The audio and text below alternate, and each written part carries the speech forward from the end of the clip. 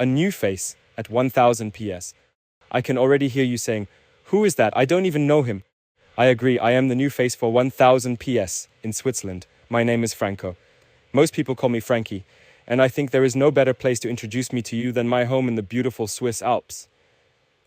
But well, let's talk about something with a bit more style. Let's talk a bit about the Transalp, and this video includes an enjoyable tour through the Swiss Alps on the Honda Transalp. A night stop here in the glamping area of TCS. Is this the right bike for it, or even the perfect bike maybe? Find out in this video. Stay tuned.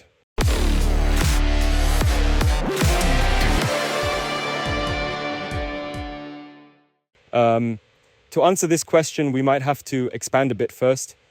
So road trip, Swiss Alps, mountain pass tour.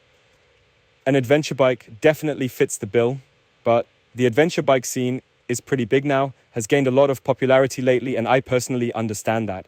I mean, you can ride it in the city, you can throw your weekend shopping in the side bag, ride it home, but you can also stand comfortably in a traffic jam if you have to, but you can also say, okay, this weekend I'm going to hit a few passes.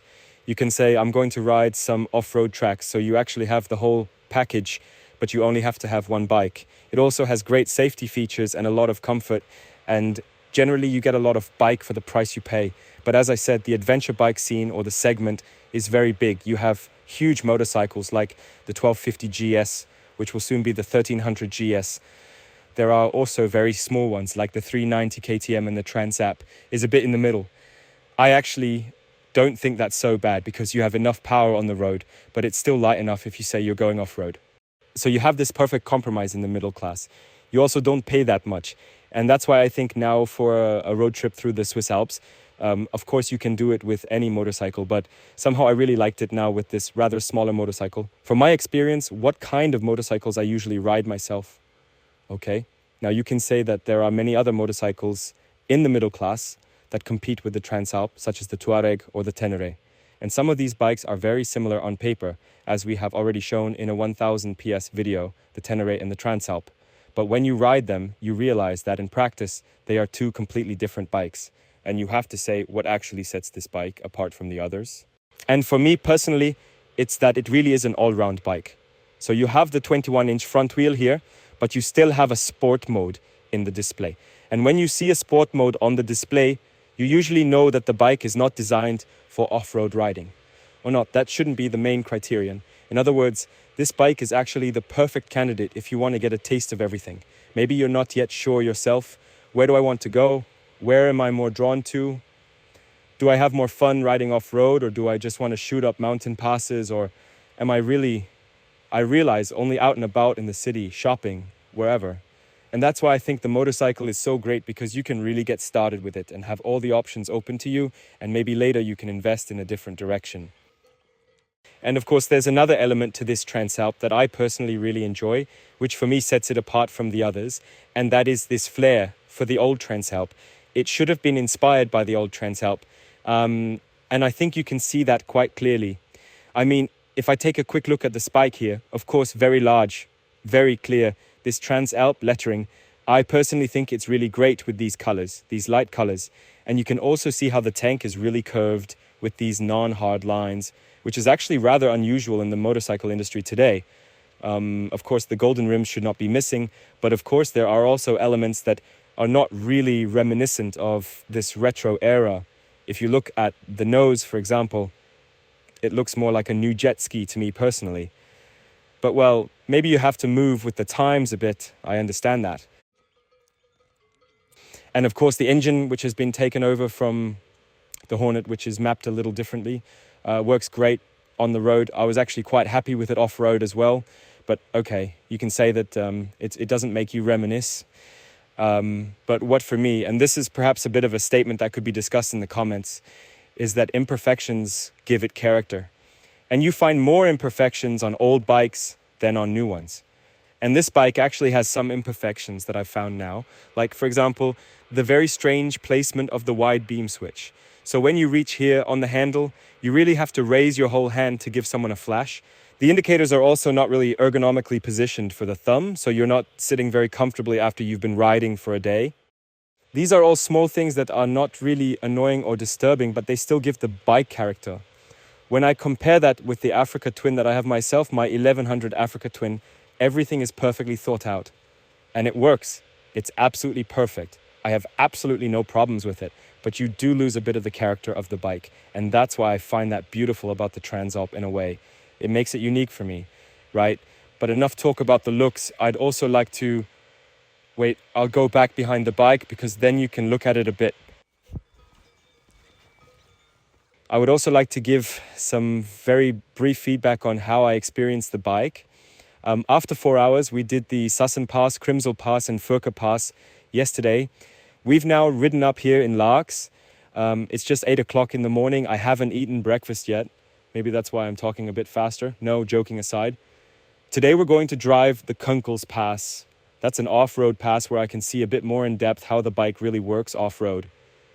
We will then have a report on 1000 PS, where we will tell you how the bike performed at the Bosnian rally.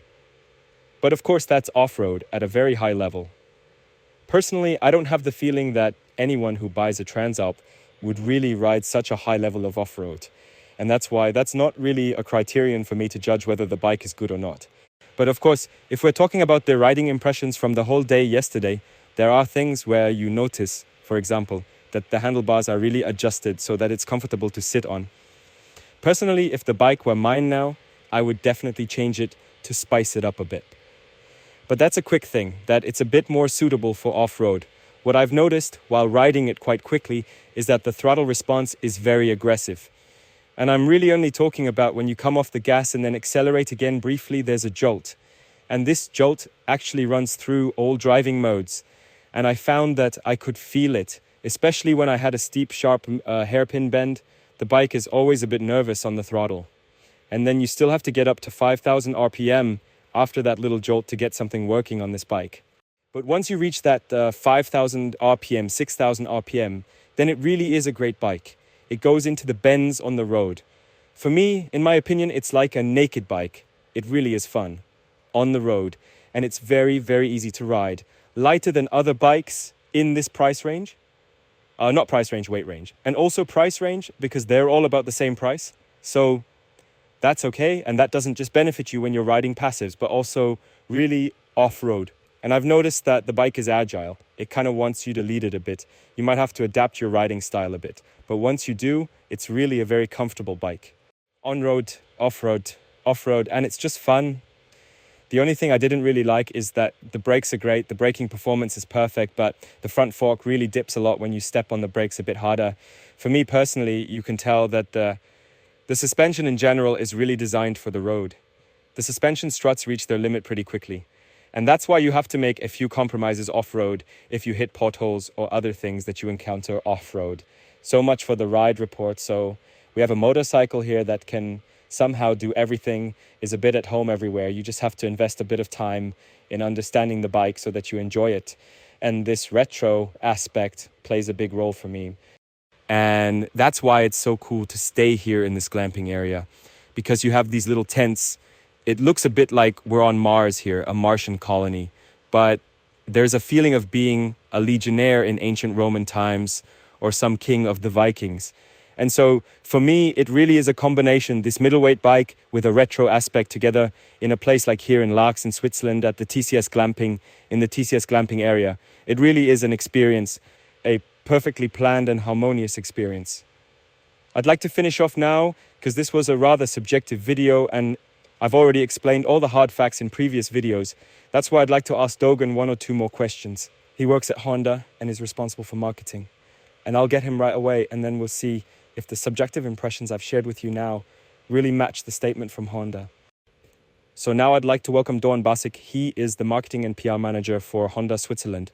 So I have one very interesting question for you, and that is, which gap is the Transalp trying to fit in the lineup of Honda with the Africa Twin and the naked bikes? And where should we place the Transalp and what kind of purpose does it have? So first of all, hello, Franco. The Transalp. So the Transalp, first of all, it's part of our adventure product line. So it gives you at least a first hint about the type of bike it is. But our goal with this bike is to give the maximum polyvalence for our Honda customer and for new potential motorcycle riders. The good thing that has been developed in this motorbike is the capability to go everywhere. Of course, it's not a fully off-road bike. It's not aimed to be a fully off-road bike like it can be with the Africa Twin, for example. It gives you the polyvalence for, as I mentioned, young riders, men, women, tall people, a bit shorter people, to be directly feel at ease with the usage of the bikes. It gives you the possibility to go to work every day with the bike, to go in the city, but also to go in the countryside, to spend a day like we did yesterday, going through 3 or 4 passes. And if you want, you can also do off-roads. And that gives you, yes, the highest polyvalence for a bike, and this is the gap it fills to give to any profile, for example, naked bike riders, the will to test and to have a bike which is not like an Africa Twin, lighter, and then that's the perfect bike for it. Perfect. Very interesting. Thank you so much, Dogan. And thank you for having us here at this beautiful location. Danke vielmals. So conclusion, what's my conclusion? Enjoyment through the Swiss Alps on the Honda Transalp. Not only is the name fitting, but it makes sense. It's fun. I think it's a perfect overall package, especially if you don't yet know exactly where my motorcycle passion is at home. What is the surface I would like to ride? The lightness of the bike benefits it, and the retro aspect just makes the whole bike a bit more interesting, I think. And that's why I think you should definitely do it. The Transalp is a great bike. You have to get used to it a bit, an hour or two, because it's somehow specially designed compared to other motorcycles. But once you've done that and made friends with the bike, then it really is a fun machine. Yes, that's it from my side. I would like to thank Honda Motor Switzerland and TCS, and the glamping area that they have set up here. And hope you enjoyed the video, and see you next time. And as we would say here in Switzerland, hebben heuben hinnig.